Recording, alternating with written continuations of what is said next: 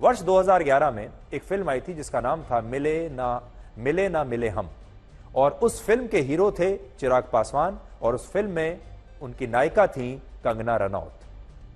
तो इन दोनों की पहली मुलाकात हुई थी एक एक्टर के तौर पर, एक फिल्म में काम करने के लिए।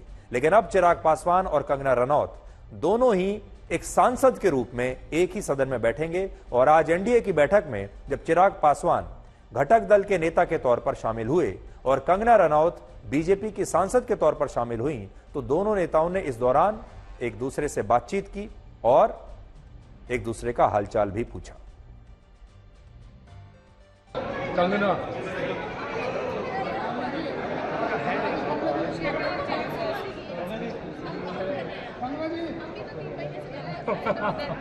Chirag, 1 second, just look this side, no? Chirag. yes, Chirag, look.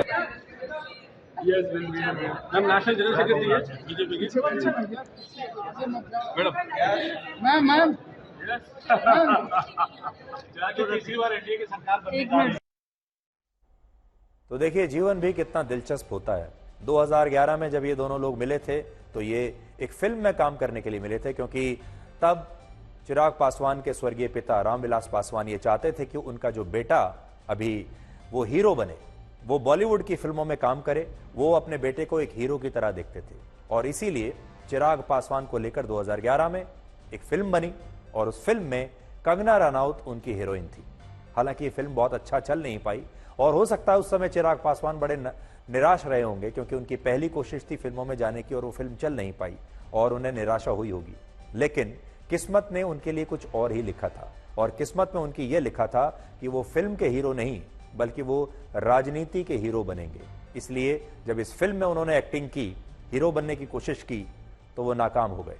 लेकिन जब राजनीति में आए तो वो एक हीरो साबित हुए और इस बार उनकी पार्टी ने 5 लोकसभा सीटें जीती हैं और 100% स्ट्राइक रेट के साथ जीती।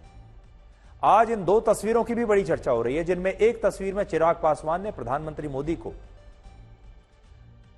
पहले गले लगाकर उनके तीसरे कार्यकाल के लिए बधाई दी और उनके पैर छूने की भी कोशिश की, और दूसरी तस्वीर में प्रधानमंत्री मोदी ने बीजेपी की दिवंगत नेता सुषमा स्वराज की सुपुत्री बांसुरी स्वराज के सिर पर हाथ रखकर उन्हें आशीर्वाद दिया। लेकिन पहले आप समय के इस चक्र को देखिए। जब प्रधानमंत्री मोदी को पिछली बार एनडीए का नेता चुना गया था, तब रामविलास पासवान और सुषमा स्वराज एक दूसरे के साथ साथ बैठे हुए थे और आज उन दोनों के बच्चे उसी संसदीय दल की बैठक में बैठे हैं। देखिए।